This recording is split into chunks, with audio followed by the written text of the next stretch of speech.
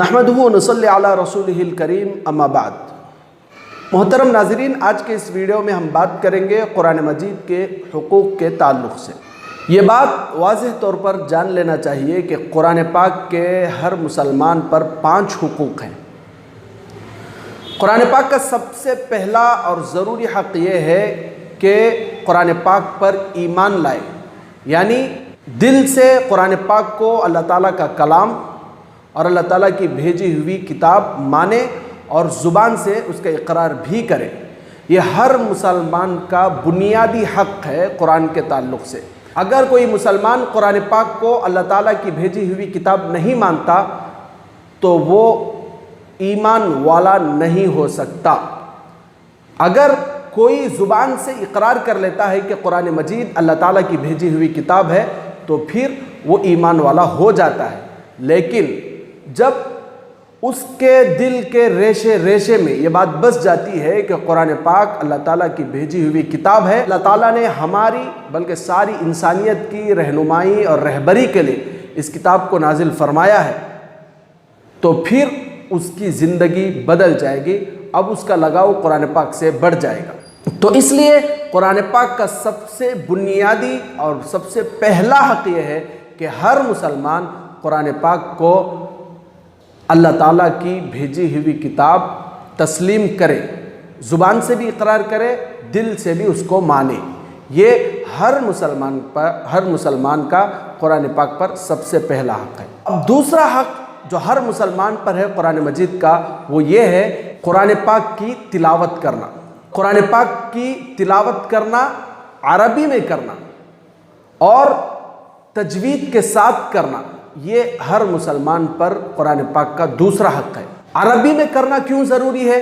اس لیے کہ اللہ رب العزت نے قرآن مجید کو عربی میں نازل فرمایا ہے، اور اللہ تعالیٰ کا کلام جس کو اللہ تعالیٰ نے اپنے طرف سے بھیجا ہے وہ عربی میں بھیجا ہے، اور اللہ کے نبی صلی اللہ علیہ وسلم نے بھی اس کو عربی میں پڑھا ہے اور صحابہ نے بھی اس کو عربی میں پڑھا ہے، تو اس لیے قرآن پاک کی تلاوت عربی میں کرنا اور تجوید کے ساتھ پڑھنا بھی ہر مسلمان پر ضروری ہے۔ قرآن پاک کی تلاوت کے تعلق سے ایک بات ذہن میں رکھیں کہ قرآن پاک کی تلاوت صرف اور صرف عربی میں ہی ہو سکتی ہے۔ اگر عربی کے علاوہ قرآن پاک کی تلاوت انگریزی میں، تیلگو میں، کنڑ میں یا پھر کسی دوسری لینگویج میں کرتے ہیں تو درست نہیں ہے۔ قرآن پاک کا ٹرانسلیشن یہ الگ چیز ہے، اس کو آپ جس زبان میں چاہے پڑھ سکتے ہیں، لیکن قرآن پاک کا جو اسکرپٹ ہے، قرآن پاک کا جو متن ہے، اس کو عربی میں ہی پڑھنا ضروری ہے۔ اگر آپ عربی کے علاوہ کسی دوسری لینگویج میں قرآن پاک کا اسکرپٹ پڑھیں گے تو ثواب کے بجائے گناہ ملے گا۔ تو اس لیے قرآن پاک کا عربی میں سیکھنا اور صحیح تجوید کے ساتھ سیکھنا، پھر اس کے بعد اس کی تلاوت کرنا، یہ ہر مسلمان پر قرآن مجید کا دوسرا حق ہے۔ آپ اللہ کے نبی صلی اللہ علیہ وسلم کو دیکھ لیجئے، اللہ کے نبی صلی اللہ علیہ وسلم صحابہ کو جن کی زبان عربی تھی، جن کی مدر ٹنگ عربی تھی، اس کے باوجود اللہ کے نبی صلی اللہ علیہ وسلم صحابہ کو حکم فرماتے تھے کہ وہ جا کر عبداللہ بن مسعود سے اور ابو موسیٰ اشعری رضی اللہ تعالیٰ عنہ سے قرآن پاک کو سیکھیں، اس لیے کہ حضرت عبداللہ بن مسعود اور ابو موسیٰ اشعری رضوان اللہ تعالیٰ علیہ مجمعین قرآن پاک کو بہت اچھے انداز میں پڑھا کرتے تھے، تو اس لیے اللہ کے نبی دیگر صحابہ کو یہ حکم دیتے تھے کہ وہ ان کے پاس جا کر قرآن پاک سیکھیں۔ اللہ کے نبی کس کو حکم دے رہے ہیں؟ جو عربی زبان جاننے والے ہیں، اللہ کے نبی ان کو حکم دے رہے ہیں کہ وہ قرآن پاک کو سیکھیں۔ میں اور آپ تو عربی بھی نہیں ہے، ہماری مادری زبان عربی نہیں ہے، تو ہم لوگوں کو کتنا زیادہ اس کی سیکھنے کی ضرورت ہے یہ ہم آسانی سے سمجھ سکتے ہیں۔ تو اس لیے قرآن پاک کو عربی میں سیکھنے کے لیے وقت نکالنا اور سیکھنا میرا اور آپ کا بلکہ ہر مسلمان کا قرآن پاک پر دوسرا حق ہے۔ اب قرآن پاک کا تیسرا حق جو مسلمانوں پر ہے وہ یہ ہے کہ قرآن پاک کو سمجھنا، اس کے معنوں میں غور و خوض کرنا، اس کے معنوں کے ڈیپتھ کو سمجھنے کی کوشش کرنا۔ تو اب اس کے لیے بہتر یہ ہے کہ ہم عربک لینگویج سیکھ کر عربک سے قرآن کو سمجھنے کی کوشش کریں۔ اگر ہمارے پاس اتنی طاقت نہیں ہے تو کم از کم جو قرآن پاک کے ٹرانسلیشنز ہیں ہر زبان میں تقریباً موجود ہے، تو قرآن پاک کے جو ٹرانسلیشنز ہیں اس کو پڑھیں، اس کو سمجھیں۔ یہ قرآن پاک کا تیسرا حق ہم پر ہے۔ بہت سارے لوگ اس میں غفلت برتتے ہیں، بہت سارے مسلمان وہ ہیں جو قرآن پاک کی تلاوت بھی نہیں جانتے، بہت سارے مسلمان وہ ہیں جو تلاوت تو الحمدللہ کر لیتے ہیں لیکن قرآن پاک کو نہیں سمجھتے۔ یہ ایک بہت بڑی غفلت اور غلط چیز ہے، اس کو بدلنے کی ہم میں سے ہر ایک کو ضرورت ہے۔ جب ہم قرآن پاک کو سمجھیں گے تو پھر ہماری زندگی تبدیل ہو جائے گی اور ہماری زندگی میں مزہ آ جائے گا اور ہماری زندگی سنورتے چلے جائے گی۔ تو اس لیے قرآن پاک کو سمجھنا بھی ضروری ہے۔ جو لوگ یہ کہتے ہیں کہ صرف تلاوت کافی ہے، یہ بھی غلط ہے۔ جو لوگ یہ کہتے ہیں کہ عربی میں قرآن سیکھنے کی ضرورت نہیں، صرف ترجمہ پڑھ لیں گے تو کافی ہے، یہ بہت بڑی حماقت اور گمراہی ہے۔ اللہ نے قرآن پاک کو جس زبان میں اتارا ہے اس زبان میں اسے نہ سیکھنا کتنی بڑی بے وقوفی ہے۔ اور ایک بات یہاں پر یہ بھی سمجھ لیں، قرآن پاک کے تلاوت پر جو اجر ملتا ہے ترجمے پر وہ اجر نہیں ملتا۔ جیسے اللہ کے نبی صلی اللہ علیہ وسلم نے بہت سارے حدیثوں میں بتایا ہے کہ اگر قرآن پاک کا ایک لفظ پڑھیں گے تو اللہ تعالیٰ اس پر 10 نیکیاں نصیب فرمائیں گے۔ اور اللہ کے نبی نے ایک حدیث میں یہ بھی وضاحت فرمائی، الف لام میم اگر کوئی پڑھتا ہے تو اسے 30 نیکیاں ملتے ہیں، اس لیے کہ الف ایک الگ حرف ہے، لام ایک الگ حرف ہے، میم ایک الگ حرف ہے، ان میں سے ہر ایک حرف کے بدلے میں 10 نیکیاں ملتی ہیں۔ تو یہ جو نیکیوں کا وعدہ ہے وہ قرآن پاک کو عربی میں تلاوت کرنے پر ہے، ترجمے پر اس کا وعدہ نہیں ہے۔ لیکن ترجمے پر بھی ثواب ملتا ہے، لیکن جو ثواب قرآن پاک کو عربی میں پڑھنے کا، قرآن پاک کی تلاوت کا، قرآن پاک کی اسکرپٹ پڑھنے کا ہے، وہ ثواب ترجمہ پڑھنے پر نہیں ملے گا۔ یہ بات ذہن میں رکھیں۔ اللہ کے نبی صلی اللہ علیہ وسلم خود اور بے شمار صحابہ، ان کی زندگیوں میں جب ہم غور کرتے ہیں تو ہمیں پتہ چلتا ہے کہ قرآن پاک کی تلاوت وہ کتنا زیادہ اہمیت کے ساتھ کیا کرتے تھے۔ حضرت عثمان رضی اللہ تعالیٰ عنہ کے بارے میں آتا ہے کہ حضرت عثمان رضی اللہ تعالیٰ عنہ ایک ہفتے میں ایک قرآن مجید مکمل کر لیتے تھے، یعنی روزانہ ایک منزل قرآن پاک کی تلاوت حضرت عثمان رضی اللہ تعالیٰ عنہ کیا کرتے تھے۔ کیوں؟ اس لیے کہ صرف تلاوت پر یعنی بغیر سمجھے پڑھنے پر بھی ثواب ملتا ہے۔ اس سے یہ بات ہمیں آسانی سے سمجھ میں آتی ہے، لیکن سمجھنا بھی ضروری ہے، اس لیے کہ اللہ تعالیٰ کی طرف سے یہ کتاب ہماری رہنمائی اور رہبری کے لیے آئی ہے۔ جب تک ہم اسے سمجھیں گے نہیں تو کیسے اس سے ہم رہنمائی حاصل کریں گے، کیسے ہم اس سے گائیڈنس حاصل کریں گے؟ اگر ہم قرآن پاک سے کچھ سیکھنا ہے تو پھر اس کو سمجھنا بھی ضروری ہے۔ تو تلاوت بھی ضروری ہے، قرآن پاک کو سمجھنا بھی ضروری ہے۔ یہ دونوں چیزوں کو ساتھ ساتھ لے کر چلنا بہت زیادہ ضروری ہے۔ اب قرآن پاک جن کو ٹرانسلیشن بھی پڑھنے نہیں آتا تو وہ کیا کریں؟ ان کے لیے بھی بہت آسانی ہے، وہ یہ کام کرے کہ مسجد کے امام صاحب کے پاس آئے اور بیٹے کہے کہ امام صاحب میں نماز میں یہ صورتیں پڑھتا ہوں، مجھے یہ سورہ کا آج ترجمہ بتا دیجئے۔ اگر ہو سکے تو روزانہ ایک سورہ کا ترجمہ آپ امام صاحب سے پوچھ کر معلوم کر لیجئے۔ اگر روزانہ ایک سورہ کا ترجمہ آپ معلوم نہیں کر سکتے تو کم از کم روزانہ ایک آیت کا تو ترجمہ آپ معلوم کر سکتے ہیں۔ روزانہ ایک آیت کا ترجمہ معلوم کرنے کی کوشش کریں۔ تو یہ مسلمانوں پر قرآن پاک کا تیسرا حق ہے۔ چوتھا حق کیا ہے؟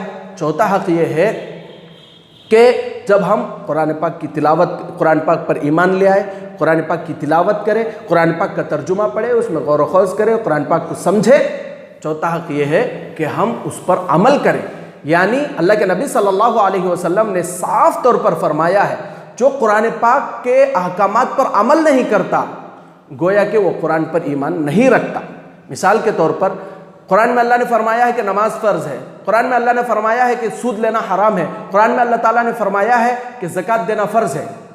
اگر کوئی مسلمان نماز نہیں پڑھتا، اگر کوئی مسلمان سود لیتا ہے، اگر کوئی مسلمان زکوٰۃ نہیں دیتا، اگر کوئی مسلمان شراب پیتا ہے تو اس نے قرآن پاک کے حکموں پر عمل نہ کرتے ہوئے یہ ثابت کر دیا کہ وہ قرآن پاک کو نہیں مانتا۔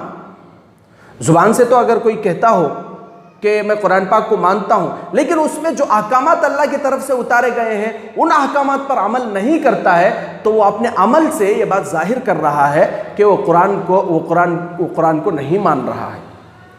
تو چوتھا جو حق ہے مسلمانوں پر قرآن کا وہ یہ ہے کہ قرآن پاک پر عمل کرنا، اور پانچواں اور آخری جو حق مسلمانوں پر ہے قرآن پاک کا وہ یہ ہے کہ قرآن پاک کو دوسروں تک پہنچانا۔ اب مسلمانوں تک بھی پہنچانے کی ضرورت ہے، غیر مسلموں تک بھی پہنچانے کی ضرورت ہے، اس لیے کہ مسلمانوں کا 70 یا 80% طبقہ ایسا ہے جو قرآن پاک کی تلاوت نہیں جانتا، اگر تلاوت جانتا ہے تو اس کا معنی نہیں جانتا، اگر معنی جانتا ہے تو اس پر عمل نہیں کرتا۔ تو اس لیے آج اس بات کی ضرورت ہے مسلمانوں کو بھی ہم قرآن پاک کی طرف لائیں، ان سے کہیں کہ وہ قرآن پاک کو سیکھیں۔ مشکل نہیں ہے، دنیا میں کون سا کام مشکل ہے؟ آدمی کوئی بھی کام اگر کرنا چاہتا ہے تو اس کے لیے آسان ہو جاتا ہے۔ انسان نے کوشش کی تو فلائٹ ہوا میں اڑا دی، انسان نے کوشش کی تو ٹنوں منوں کی جہاز پانی پر چلا دی۔ انسان اگر کوشش کرتا ہے تو کچھ بھی کر لیتا ہے، لیکن قرآن پاک تو بہت آسان ہے۔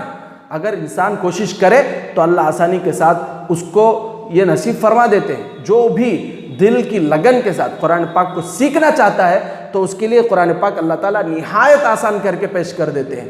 ایسے لوگ جن کو ABCD نہیں آتی، جن کو کوئی زبان کا ایک حرف نہیں آتا، لیکن جب انہوں نے کوشش کی قرآن پاک کو سیکھنے کی تو بہت آسانی سے سال 1.5 سال کے اندر، 6 مہینوں کے اندر، 3 مہینوں کے اندر بہترین قرآن پاک پڑھنا عربی میں سیکھ جاتے ہیں۔ تو قرآن پاک سیکھنا کوئی مشکل کام نہیں ہے۔ تو اس لیے مسلمانوں کو بھی دعوت دیں کہ وہ قرآن پاک کو سیکھیں، اس کو سمجھیں، اس پر عمل کریں، اور غیر مسلموں کو بھی دعوت دیں کہ وہ اسلام کو قرآن پاک کے ذریعے سے سمجھیں، سوشل میڈیا سے نہیں، ان کے کہنے سے نہیں، کسی مسلمان کے کردار سے نہیں، بلکہ ہم غیر مسلم بھائیوں سے ریکویسٹ کریں، ان کو اس بات کی دعوت دیں کہ وہ قرآن پاک کو ڈائریکٹ پڑھیں، اس کو سمجھے۔ اس لیے کہ ہر زبان میں ٹرانسلیشن موجود ہے، ہم کوئی بھی ایک ٹرانسلیشن ان کو دے دیں اور ان سے کہیں کہ وہ اس کو پڑھیں۔